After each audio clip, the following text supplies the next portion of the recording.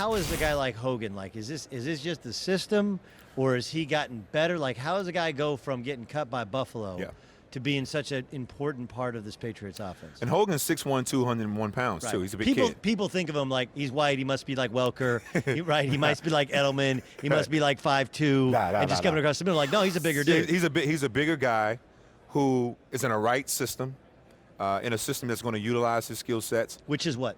Which is playing fast. He plays extremely fast.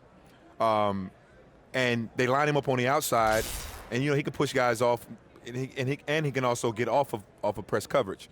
And then Tom just knows where he's at on the football field. And then it's just that chemistry and that trust and just working with those guys. And when you work with someone like Tom and Elderman and Amendola, those guys bring the best out of you. I think that offense brings the best out of Hogan.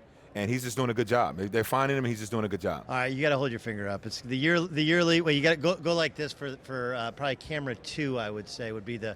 That's what being a wide receiver in the National Football League will do to you. Absolutely. How come you never gotten it fixed? Well, it's still functional. It still works. And if I get it fixed, they'll fuse it, and it'll be straight like this the whole time. You couldn't bend it? I couldn't bend it.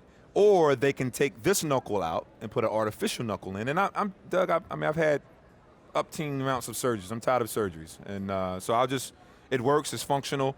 The only time it gives me trouble is when it's real cold because it's arthritic. Yeah. But I still. Was that one injury, or is that just it kept popping out and then it got stuck? Like, how did somebody never just go? I mean, remember when we were kids and somebody just like pops it back in? How did that never happen? Well, it happened in 2005, I think it was. I was blocking the Shea Townsend, and he went to get away, and it got caught in his jersey, and it popped out. So I ran off, popped it back in, taped it, kept playing. Well, over time, I just kept dislocating it, and just started chipping away the ligaments.